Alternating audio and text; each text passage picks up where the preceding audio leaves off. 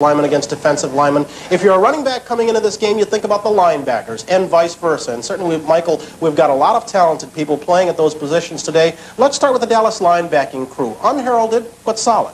Well, they're solid because they are very cerebral. They carry out Coach Landry's defensive scheme to a T. They're not as heralded because of the Dallas front four is so good. The main men they have to contend with today, Franco Harris and Rocky Bleier, pretty good pair. Well, you talk about the great running tandems in Super Bowl history. You talk about Horning and Taylor. You talk about Sonka and Mercury Morris. You have to include Bleier and Harris because they complement each other so very well. Critics will say the Pittsburgh ground game lacks depth, but in this man, number 32, the Steelers get just what they want on the ground, and that is an awful lot of consistency. Well, Bryant, you talk about a money back. You know, Franco Harris, in 13 postseason games, he has gained 1,206 yards.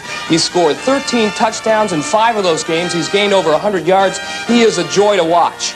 Certainly he is something special. Great acceleration for a big man. The guy who will have to keep a sharp eye on him today is Bob Brunig, the man in the middle of the Dallas defense, kind of an enigma in Dallas land. He is an enigma because he has been unable to make Dallas fans forget about the all-time great Leroy Jordan, but he's good because, like I said before, he carries out that game plan very well. Brunig is flanked on one side by a lot of experience in D.D. Lewis, and on the other side by a lot of pizzazz and quickness in Hollywood Henderson. Well, Thomas Hollywood Henderson, people get down on him because he talks so much. The reason why he talks so much is he can play. He can back up all of those words, and he can roam from sideline to sideline and really break open a game with those devastating interceptions of his. On offense, the Steelers have consistency in Harris. On offense, the Cowboys have a world of speed, and this man, 33, Tony Dorsett. Well, Earl Campbell and Walter Payton might be better all-around backs, but for sheer breakaway ability, Tony Dorsett has it all. He will be a key for the Steelers. Stop him early, you can frustrate Tony, and perhaps we might see Preston Pearson come in the game if that happens. Scott Laidlaw and Robert Newhouse provide a change of pace, but this man makes it go. His one tendency to cough up the football could be a problem today, though, because the Steeler linebackers like to make you cough it up. If there is an adjective that describes the Pittsburgh linebackers, it's opportunism.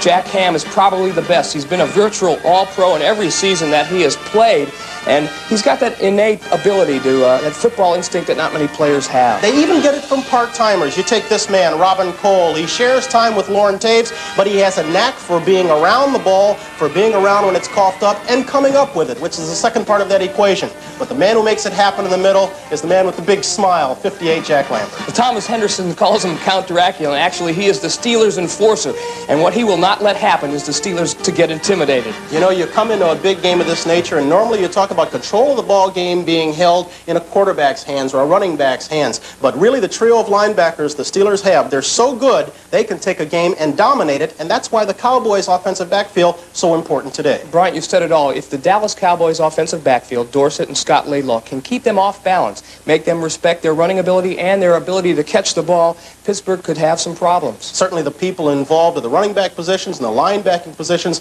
have no illusions about what their objectives are as they head into Super 13. We talked to some of the principals involved during the week. I expect Dallas to run my side. Most offenses, except maybe for an Oakland, are a right-handed team, meaning they'll run to a defensive left, and I expect running plays my way, and you know, they execute pretty well, and I think that they can move the football on anybody, and I'll see a lot of running game.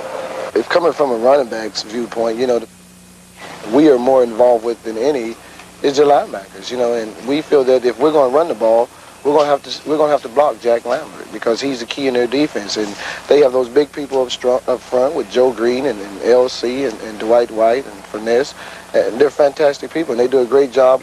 As I understand through the papers, is going to become more aggressive in this game. He doesn't like the gentleman agreement that we've had over the last times that we've played, and he said that's out the window, and he's going to play very aggressive. So I anticipate a very aggressive game from D.D. Lewis. But of course, Tom Henderson, and the way Tom's been talking all year, he's going to be aggressive no matter what he does.